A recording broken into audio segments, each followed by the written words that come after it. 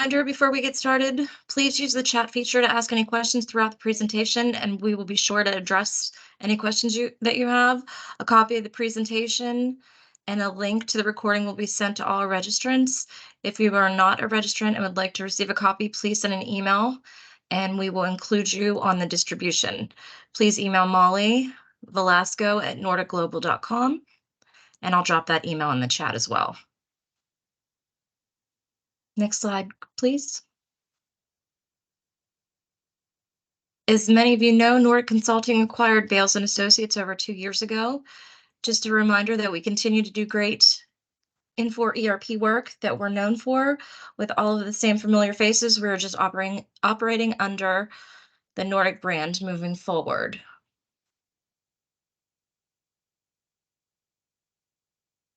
I Well, all apologize. right. Letting people in. I was letting people in as I was talking. I'm so sorry. That's okay, Laura. I will take it over from here. Well, good morning, good afternoon, everyone. Happy Friday. My name is Chris Putney. It's a pleasure to be presenting to you this afternoon. A couple of things about me and my background. I am a supply chain management consultant for Nordic ERP.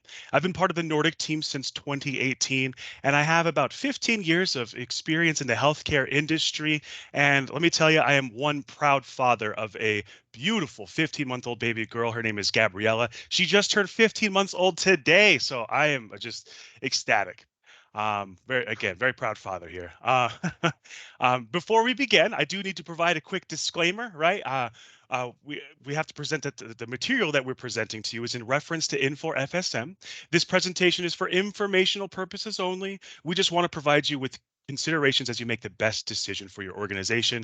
Reliance on this information presented without consultation is at your own risk, and we highly recommend that you contact Nordic to discuss how solutions can be tailored specifically to your needs. Okay, so a quick little agenda here before we get started. Clearing the table here. We're going to be going over just a quick little overview of mobile supply chain printing. This is specific to mobile supply chain. We're going to be talking about the configurations of the label and report printers. We're also going to be talking about, at a high level, the configuration of your printer agent.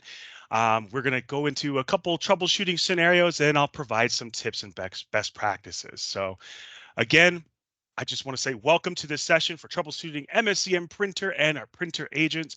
My goal here, my main objective is to give you some knowledge to help you set up these printers and also keep them running efficiently. So let's go ahead and jump right into an overview.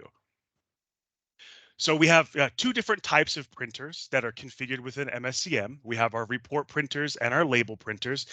These printers can be used by a specific company, a location, a workstation. Our report printers, they're going to be printing documents that are on the standard 8.5 by 11-inch paper.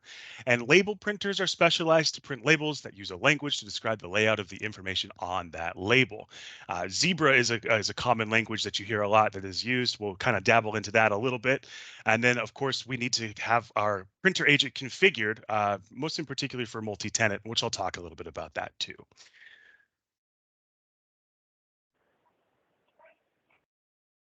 Okay, on to label and report printer configuration.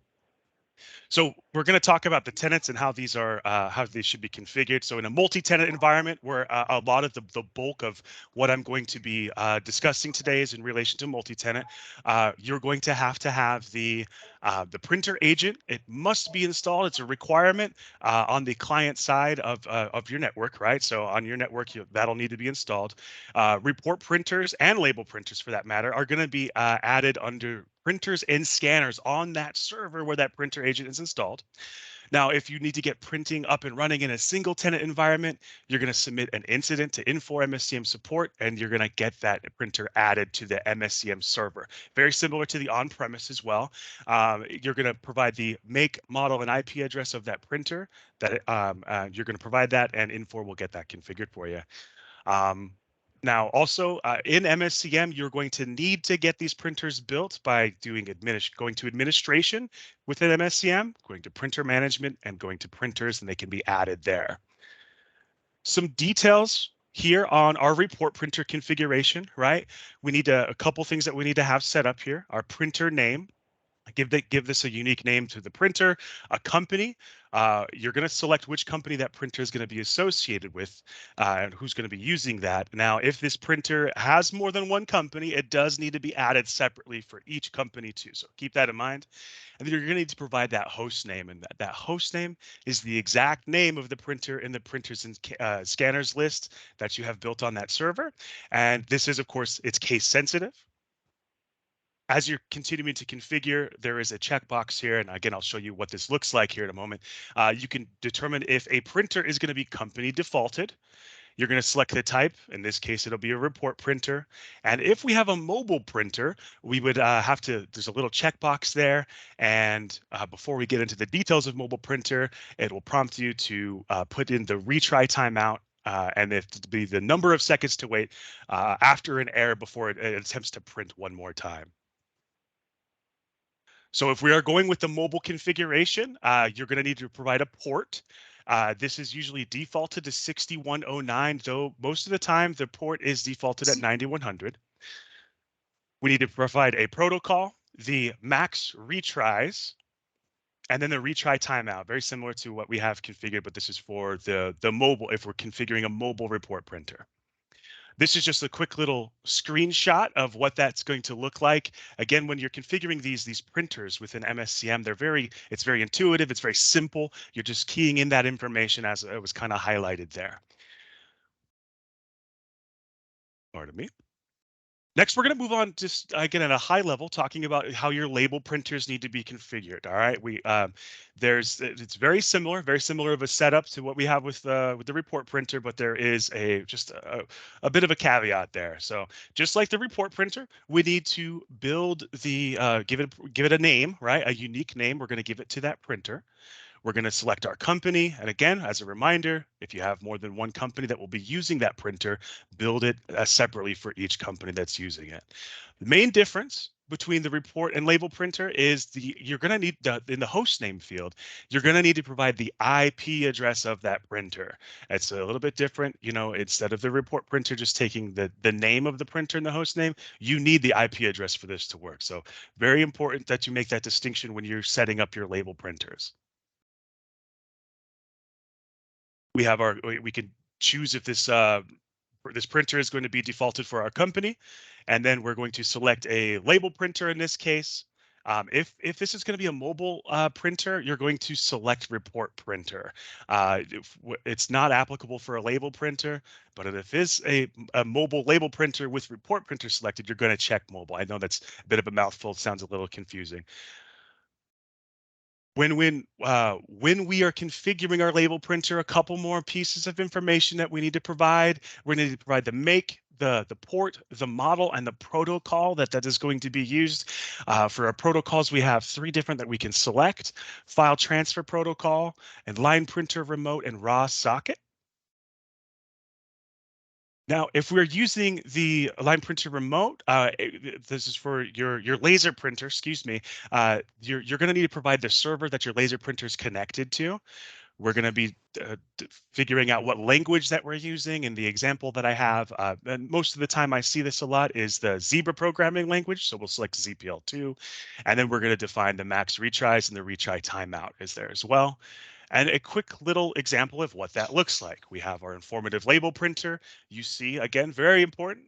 Our host name is our IP address, and we've provided the Zebra, the make, the model, everything that's pertinent to that printer we configured right there within MSCM.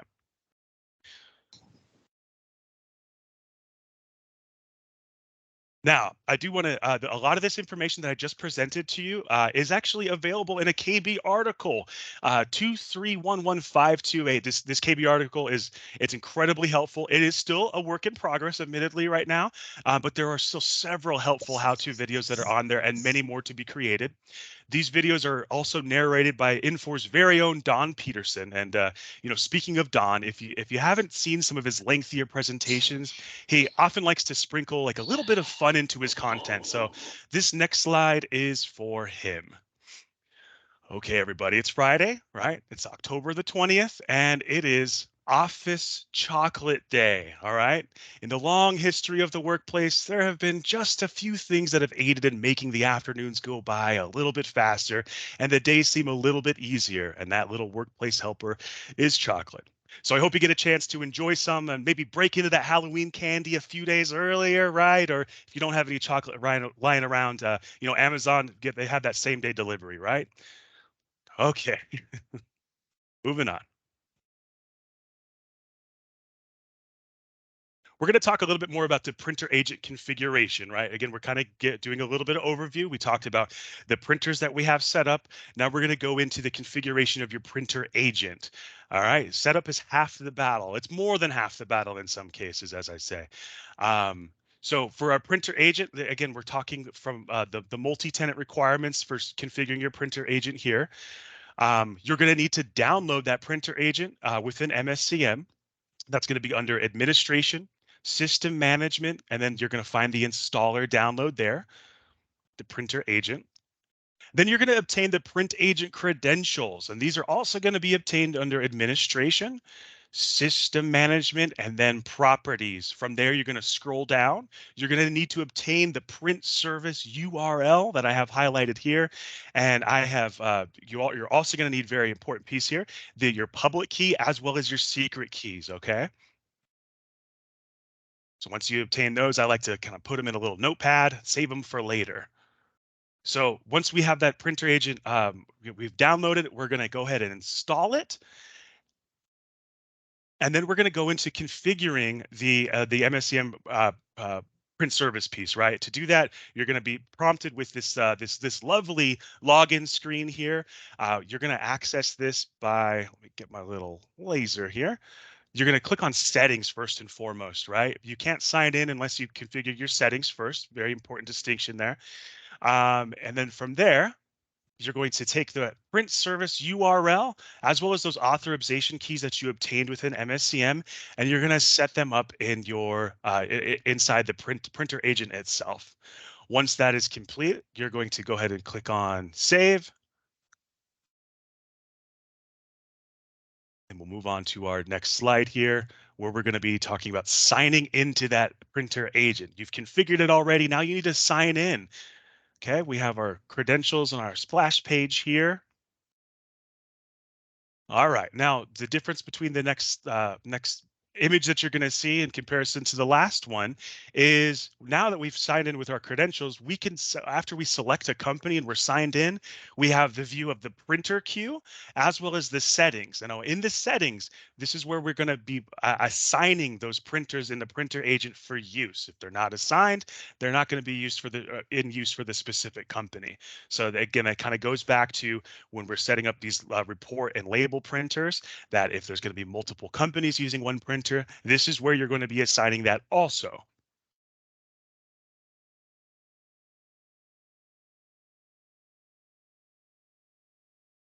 Okay. Now, so we've kind of assigned our printers within the printer agent, right? There's another very important piece that I want to talk to you about here, right? And this is going to be the print agent dash sample properties file. This file is installed once you install your printer agent. It's a crucial piece if you're going to be configuring your printer agent as a Windows service, which is something that I highly recommend that you use.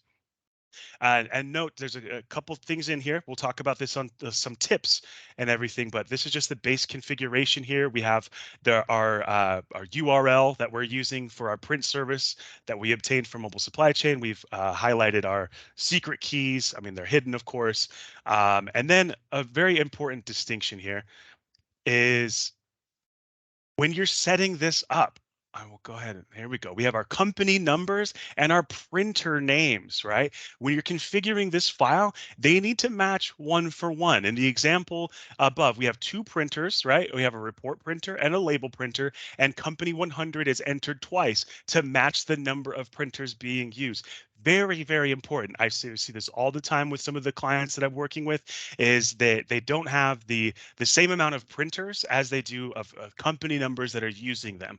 If one is off, then you're going to run into issues with within your service running constantly. You eventually things are going to stop printing. So very important that you have your company number and your printer name matching.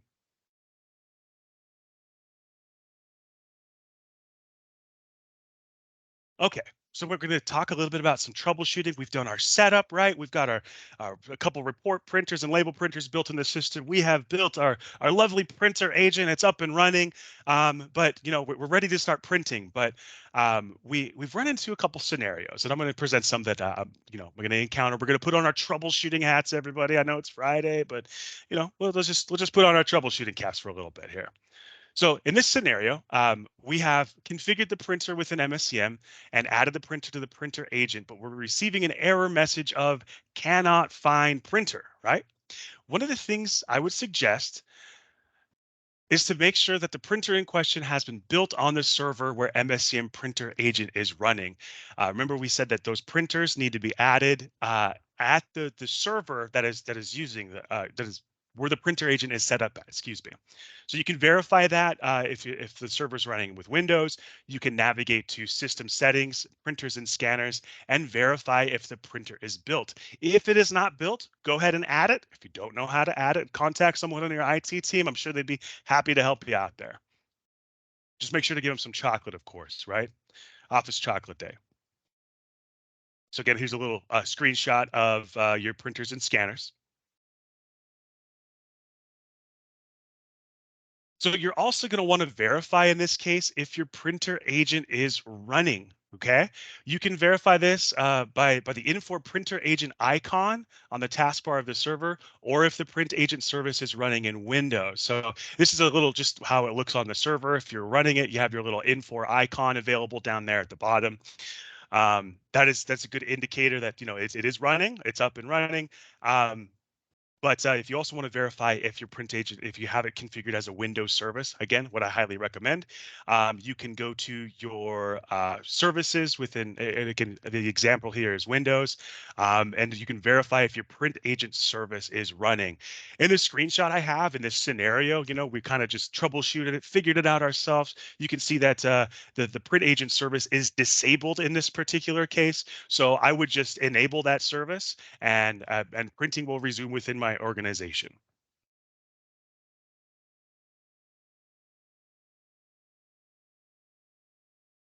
Okay, another scenario here. I've seen this one quite a bit too. Printing is working, but it's intermittent. Sometimes it works and sometimes it doesn't. It just stops working throughout the day for some reason.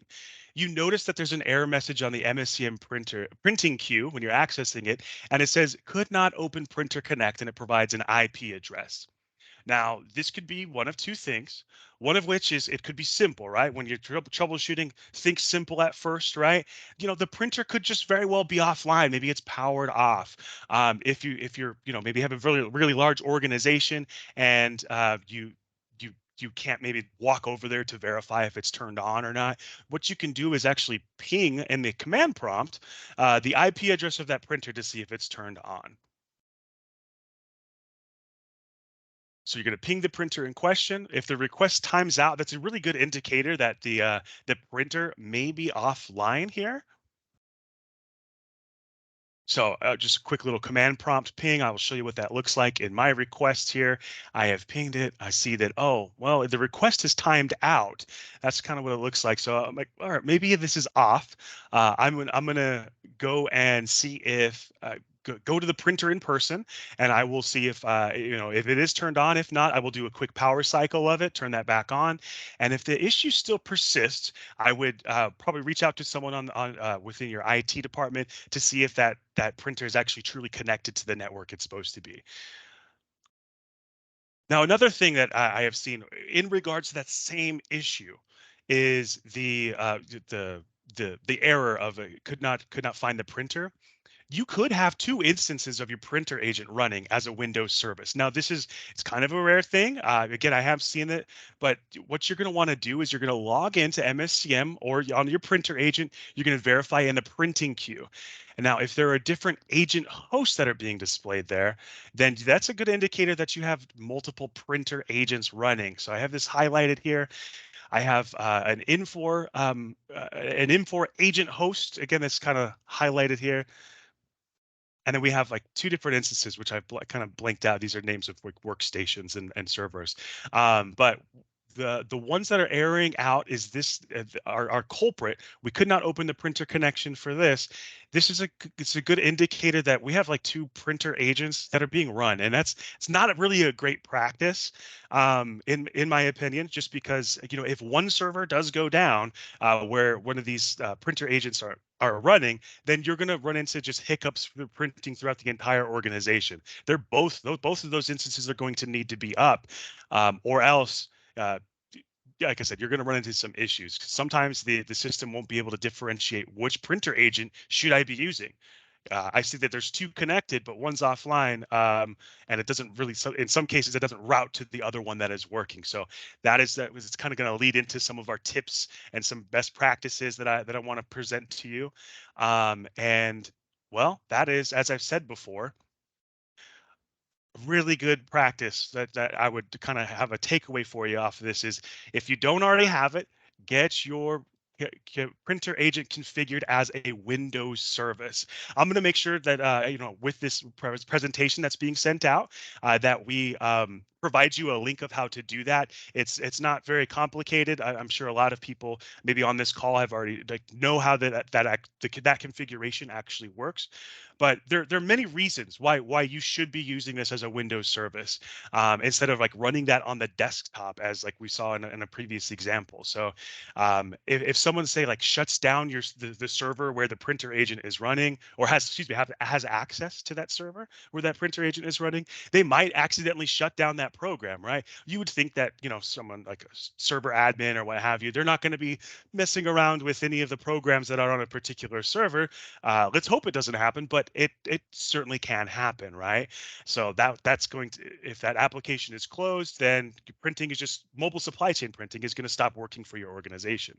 So if you have that as a Windows service, if you will, if you've configured your printer agent as a service, that is always going to be on for you. So if, let's say that the server, right, we have routine maintenance going on all the time with servers within organizations. Sometimes that's going to be like, involving restarting restarting that server. If it's configured as a service, it will automatically be, as soon as that server reboots or that workstation reboots, the printer agent is always going to be running, and you're going to have like a downtime from printing of 2 minutes, however long it takes to restart that server. So from the previous example, also another tip is only have one agent or one instance of your printer agent running. Don't have two, as we saw in that example. And again, this was took a bit of time to kind of troubleshoot and figure that particular scenario out. But if you can identify that there are two printer agents running, only run one, essentially. So backups, I understand that the need that you want to have a backup in place as a redundancy just in case one fails. But how the printer agent works is, if one goes down, sometimes the system can't differentiate between what is working and what is not. So I recommend just having one in place. That way, if you can go to the source of your issues, should the need arise that you need to troubleshoot any of your printing issues that might occur with mobile supply chain.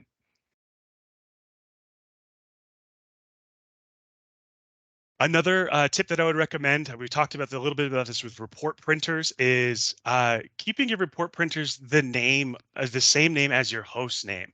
All right, now this is different with label printers, as in the host name we were providing our IP address in the host name field. But I found that if report printers are one-to-one, if the name that you're giving it matches what the host name is, with report printers, it's a little bit more easily identifiable, and how that printer's recognized in that organization, right? Just it's optional. It's just a suggestion of mine. Just keep that the same name as the host name. And then this one is a pretty simple one, right? particularly we have quite the big CU coming through this weekend actually, but that is to update your mobile supply chain printer agent every month if you can. There's all sorts of code that is being worked on all the time with the printer agent. It is getting there's always improvements that are being added to this one, particularly to the mobile supply chain printer agent. So of course, recommendation is to get that updated every single month. Now that's just a high level kind of high level presentation here of like some troubleshooting, some tips, and setup for mobile supply chain printing. I will defer it to you folks in the audience. Do we have any questions that we can answer for you?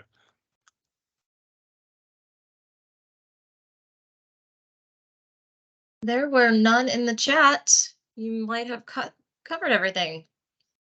Just a quick question regarding to updates to the printer agents. Yes. Like the one they said that run monthly. So what if you don't have the admin right to do that? And secondly, how do you know there's an update out there? Gotcha. So great question, Godwin. There is so here's if you don't have access to it, someone should on your IT team. Like when these CUs are being pushed out on a monthly basis, every organization's different, of course, but they should be going through and just doing that monthly due diligence, if you will, right? Maybe you're updating your Infor spreadsheet designer, right? Getting the latest one to use on when that's released. I would include part of that monthly due diligence, if you will, that someone goes and updates that. Now, as for whether or not there is going to be an update to the printer agent on a monthly basis, what I would do is I would just keep a close eye on those Infor monthly release notes to see if anything is kind of in the pipeline for an update. Okay, thanks. Great question. Yeah, unfortunately with that, there's not like truly like a notification that pops up. You're going to need to like log into the printer agent to see if there's an update available. It's unless you're of course keeping track of those monthly release notes. Okay, thank you. Thank you.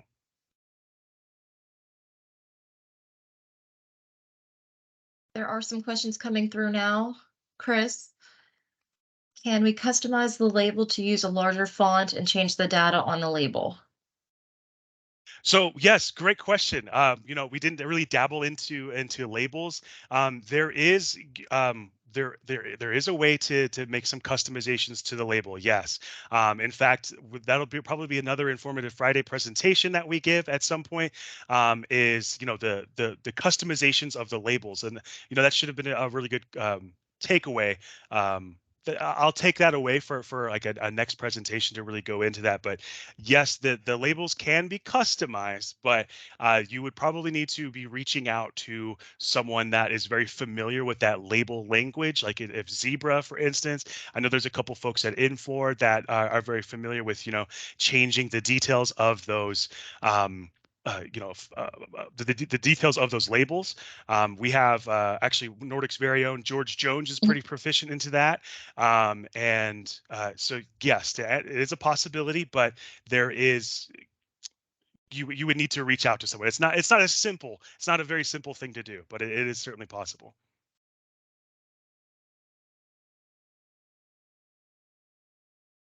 Next we have, can you run as a Windows service without MSCM?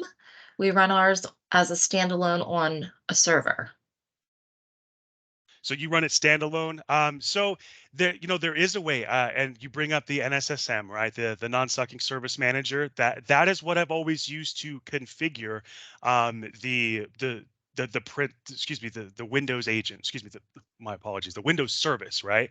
I guess we would need to kind of delve into that question. Is there a problem using NSSM, or is it just like kind of complicated to set up? I mean, there is a little bit of a setup piece from a technical aspect that goes into configuring that. But you're essentially wanting to know if there's an alternative. Unfortunately, I can't answer that as I've always used NSSM. I'm sure there is though, and that's a great takeaway. And if we get that, we can follow up on that. For in relation to the NSSM comment, our organization is a hospital, and our information security department was not happy with us was not happy at the idea of us using a product that basically hadn't been updated in, I think, 5 to 7 years. It's an old And one. yeah, so it was kind of a problem. I did a little bit of research myself and came up with the Apache Commons daemon. And managed to get to use that, which is great because that was literally designed by the Apache open source group to run Java jar files as a Windows service. That's its literal purpose. So Oh, okay. Yeah, I and encourage anybody having issues with NSSM to do some research. It is pretty complicated to get the right string of commands to set up, but once you have it, it's actually pretty. Thank you, Jerry. Jerry's commenting on it. I did a bunch of work on that. But it's pretty robust, and I have had literally 0 failures with it since we implemented it. That's And great. thanks. That's a great suggestion there, Spencer. Yeah, and this is Cliff who asked that question. And Spencer, you are correct with the NSSM iCybersecurity shut it down too. He's like, nope, we can't use that because of the open end source that has not been updated for many years. So I appreciate your feedback. We'll look at the Apache Commons daemon. Thanks. Yeah, I also encourage you to point out that the Apache Commons daemon is commonly used in a lot of standalone web servers as well. So if your InfoSec has issues with it, search your organization for anything running Tomcat, and you'll probably see that it's using the Apache Commons daemon to run that Tomcat web server. And you'll likely get an approval almost instantly because it's probably already in your organization. Yep. Okay. Thank you. Excellent suggestion, Spencer. Thank you for that.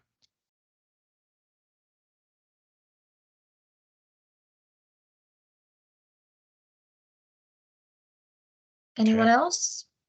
This is Cliff again, and Nabil, you might have to help me with this one, but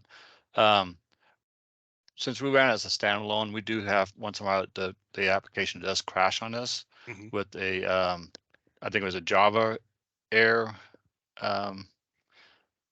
that caused it to crash. Have you guys anybody else had that issue? I have experienced that with another client. You know, I kind of just go back to troubleshooting kind of 101 there, if you will, Cliff, is like, you know, if that is occurring, we'll just power cycle the server in question. That usually has fixed the issue. If it persists, then I would need to see like the error code to really diagnose it. One of the issues that I've seen is where, as an example, you don't have the corresponding companies to the amount of printers. I see that error has come up a lot, where the client's not configuring that properties file correctly. We run it as a standalone, so. Oh, sure, naturally. Yeah.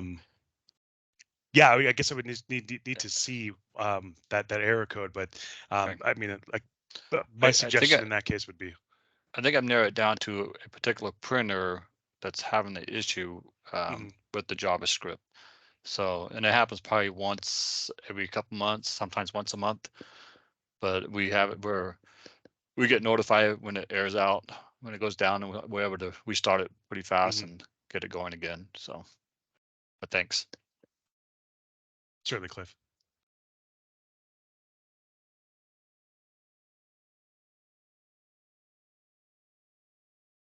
Yes, Ryan. So thank you, obviously, for sharing all this information regarding the printer agent. I'm less on the IT side and more on the operational side. So while I do find this certainly helpful for the knowledge, I was curious if you have any input on documentation surrounding within MSCM regards to printer management setup with locations and users. You know, we're having some issues where certain documents are printing to specific printers when we aren't meaning for them. Delivery tickets, for example, printing to those printers. And so we're trying to understand that printer setup more in MSCM. Is that included in the knowledge base at all, or in a direction maybe? So yes, I can refer you to that knowledge base article that was provided, that kind of highlighted on the general setup. Like I said, Don has some great videos there. It's still it's like I said, it's still a work in progress, but I'll make sure that it's provided. There is information that Nordic may be able to provide as well in regards to just general setup. These are like scripts though. As for best practices and like running into those issues with locations and users though, that's yeah, that can be a little tricky. We're working with a client right now actually that had something similar, something similar happen to them as well, where we just really just map the locations to the, or really rather map the workstations to the appropriate users that were saying receiving correctly. So I'd recommend that knowledge base there for you, Ryan, and we'll get that link sent out. I'll make sure that when Laura is providing all this information to everybody, that is included, as well as a setup to docs.info. And if I'll work with my team here at Nordic to see if there's anything that we would be able to provide you as well, just as a general setup piece. But yeah, I understand that, like, very much so, that it's difficult, right, when you have a lot of hats in the ring, if you will, when it comes to receiving many different printers. Receiving documents are supposed to go to this one location all the time, but they're not. It just takes some time to like really narrow down the issue, and I think that knowledge base would certainly assist with that, Ryan. Okay, yeah, thank you. One other question I had was, Yes, sir. we've had complaints from our end users, for example, with whether they're picking an MSCM on the handheld or receiving, regardless of just the delay in time for printing the delivery document. Mm. Is there anything that we're missing with that setup? Or, I mean, I've heard some things from Infor when I've asked of, well, MSCM's doesn't reside on Landmark yet, and when it does eventually come over to Landmark, then that communication stream, I'll speak very technical there, whatever the communication stream is behind there, shouldn't be as involved. And so the time for that transmission should be quicker. But Right. I mean, this is other people in the community, I've heard complain about the same thing, and I've never gotten a real, I think, answer on it. Yeah, and unfortunately, I can't give you a real answer also. Okay. I mean, it could be many different factors, right? There was a client that was reporting this just within the last year to us as well. And, you're right. Once this does get added, like once the printing exists within Landmark appropriately, yeah, that is going to change that issue. I don't, well, we can follow up when when that's actually going to be in place. But a couple suggestions that that I've always like advised is, like, what is the distance of that printer to an endpoint for the router, right? Maybe that could be something. I'm not a networking guy by any means, but that's usually where I would kind of start. Like, maybe you don't have a strong connection from the network to the printer in some cases, and that's causing a delay. I mean, that's one place I would suggest start. But we do have some other tech folks on here. It sounds like, any other suggestions would be welcome in that case. If I may speak, Ian, I don't think there's really a way to improve that Mhm. flow until it goes to Landmark. When you do a transaction in MSCM, it literally has to wait for a check-in between MSCM and the Landmark, the FSM portion of Landmark, modify stuff, update business classes, fields, all of that stuff, and then transmit back to MSCM. And then MSCM has to forward it to the print agent, and depending on what your print interval is set on the print agent, it could take time there as well. Unfortunately, it's just the nature of the beast right now, and that's why a lot of people are hopeful that are excited about MSCM moving to Landmark, because a lot of that will go away with that. Okay. Yeah, thank you both. I'll pass that on to the team. Thank you again, Spencer. Thank you, Ryan. Great questions. Sorry, I'm not trying to take over your meeting. I just spent a lot of time on this. No need to apologize. I'm sure you have, and your expertise and your knowledge is great. It's very, very welcome here, sir. Do you have any other questions?